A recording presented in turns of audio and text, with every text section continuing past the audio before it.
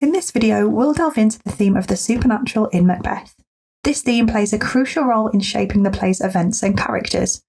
We'll explore why Shakespeare chose to include the supernatural, its historical context, and how it is presented through the witches, Lady Macbeth, and other events within the play.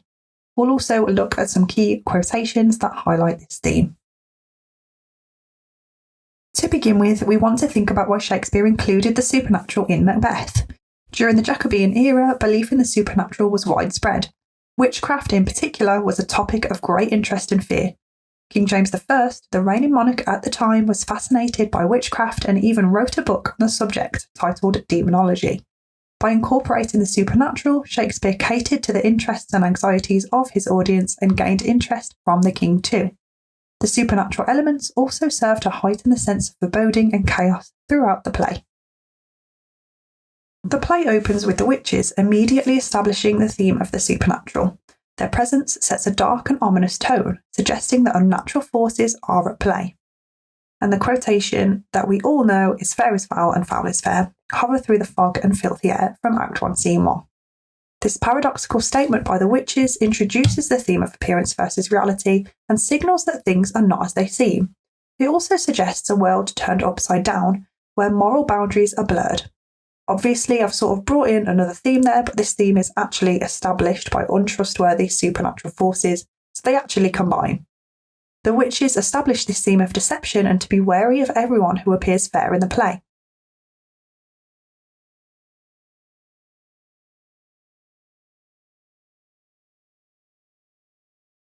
Throughout the play, the witches continue to influence Macbeth's actions and drive the plot forward. They provide prophecies that shape his ambitions and lead to his downfall. So now we'll look at a couple of quotations that show this. Firstly, we have "So foul and fair a day I have not seen" from Act 1, Scene 3. This quotation is the first line from Macbeth himself in Act 1, Scene 3, and whilst he is simply commenting on the day's events, he actually unknowingly almost mimics the witches. This has to be deliberate from Shakespeare. To be clear, Macbeth hasn't actually met them at this point. He's just about to. This immediate connection to the witches' words hints at the supernatural influence already at play in Macbeth's life, suggesting that his fate is intertwined with their dark prophecies. So in a literal sense, the word foul can refer to the dreadful weather and the gruesome aftermath of the battle, indicating the harsh and violent conditions Macbeth has endured, and the word fair suggests the victory in battle and the honour he has achieved, which should be a moment of triumph and glory. This duality reflects Macbeth's conflicted state of mind, so therefore we could say this line foreshadows the internal conflict and immorality that plague Macbeth throughout the play. It suggests that even his moments of success will be tainted by darkness too. The juxtaposition of foul and fair can also be seen as a metaphor for Macbeth's ambition. So before I go any further, just to be clear, the word fair here doesn't mean fair in the way that we might use it, where we might say that it was equal. Fair actually means good in this sense. So his rise to power, which could be considered fair or good, is achieved through treachery and murder, which would be considered, of course, foul. So this line encapsulates the corrupting nature of ambition that will be a central theme in the play. Next up, we have "Double, double, toil and trouble, fire burn and cauldron bubble" from Act 4, Scene 1. This famous chant from the witches highlights their malevolent nature and their role in stirring chaos. Their incantations or spells create a sense of unease and reinforce the supernatural atmosphere in the play. This chant in particular is both rhythmic and hypnotic, symbolising the chaos and disorder they stir into Macbeth's life. The repetition of the word double indicates that their spells are intensifying, doubling the troubles and complexities in Macbeth's future, adding yet more trouble to his already complex situation.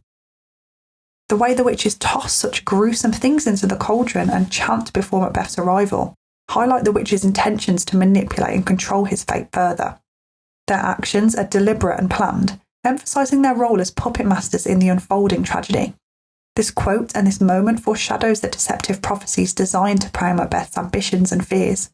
The boiling cauldron is a central symbol, representing the witches' power to concoct futures and fates. As they stir the cauldron, they metaphorically stir the events of the play, blending elements that will shape Macbeth's path. This act of brewing symbolises the brewing storm in his life, gaining momentum with each added ingredient. Now next I want to look at how Lady Macbeth is also closely connected to the supernatural. She calls upon dark spirits to aid her in her ambitions and to strip away her femininity and compassion. Some critics also consider her to be the fourth witch, which is definitely something you can explore if you feel confident enough to. So the quotation is this: "Come you spirits that tend on mortal thoughts, and sex me here and fill me from the crown to the toe, top full of direst cruelty." And obviously that's a really popular one from Act 1, Scene 5. Lady Macbeth's attempts to summon and command spirits here shows her willingness to embrace the supernatural to achieve her goals. Firstly, we of course have the imperative sentence, "Come you spirits." This implies a sense of fearlessness. She isn't afraid of the unknown or the powers they hold, likely sparking immediate concern amongst the Jacobean audience. Lady Macbeth's request to be unsexed reveals her desire to reject traditional feminine qualities such as compassion and tenderness, which she views as obstacles to committing murder. This phrase also suggests a supernatural transformation. She seeks to be filled with cruelty from an external source. The supernatural is invoked to alter her very nature. She also desires to be filled entirely with direst cruelty. The superlative direst suggests a complete takeover of her being by malevolent forces. This indicates her willingness to be utterly consumed by the supernatural to achieve her goals. And again, she doesn't even seem to be afraid of this given the tone and the imperatives too. However, the fact she wants to be filled with cruelty from crown to the toe exposes the totality of the transformation she feels she needs, implying that perhaps currently she feels limited or concerned that she isn't currently strong enough. Maybe it's her gender that makes her feel this way. She is aware of her femininity and the fact it may make her feel remorse. Overall, this connection with the supernatural underlines her role as a catalyst for Macbeth's descent into evil. Her call to the supernatural also demonstrates her desire to control her fate and manipulate others, much like the witches who manipulate Macbeth. The play features other supernatural events that contribute to its dark and eerie atmosphere too. One significant event is Banquo's ghost appearing at the banquet. Of course, I can't go through all of them, but I have chosen two significant ones here. Others might include the strange occurrences following the murder of Duncan, where horses eat each other and the dark night strangles the travelling lamp, meaning it is unnaturally dark despite the fact it's meant to be daytime. Here, I'm just going to look at the dagger scene and Banquo's ghost. So first we've got is this a dagger which I see before me, a handle toward my hand from Act 2, Scene 1. The appearance of the dagger of course raises the question of whether it is a hallucination or a supernatural vision. Macbeth sees this before killing Duncan, which reflects his internal conflict, and without doubt it reveals the influence of the witch's prophecies on his mind. More specifically, the witch's prophecies have already sparked ambition within Macbeth. The dagger can be seen as a manifestation of their influence, guiding him towards the murder of King Duncan.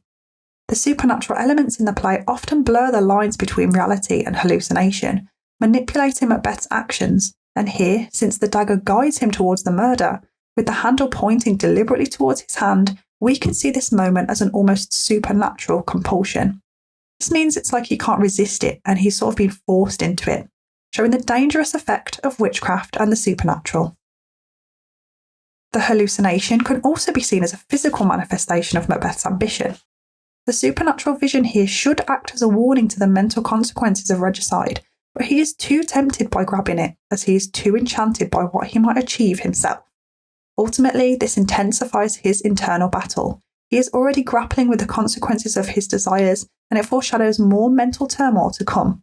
Unfortunately, he doesn't let this stop him.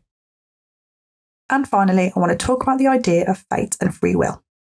Often, many people question whether Macbeth's actions stem from his free will and the fact he can decide his own path, or from fate and the fact this was always going to happen because of flaws in his character.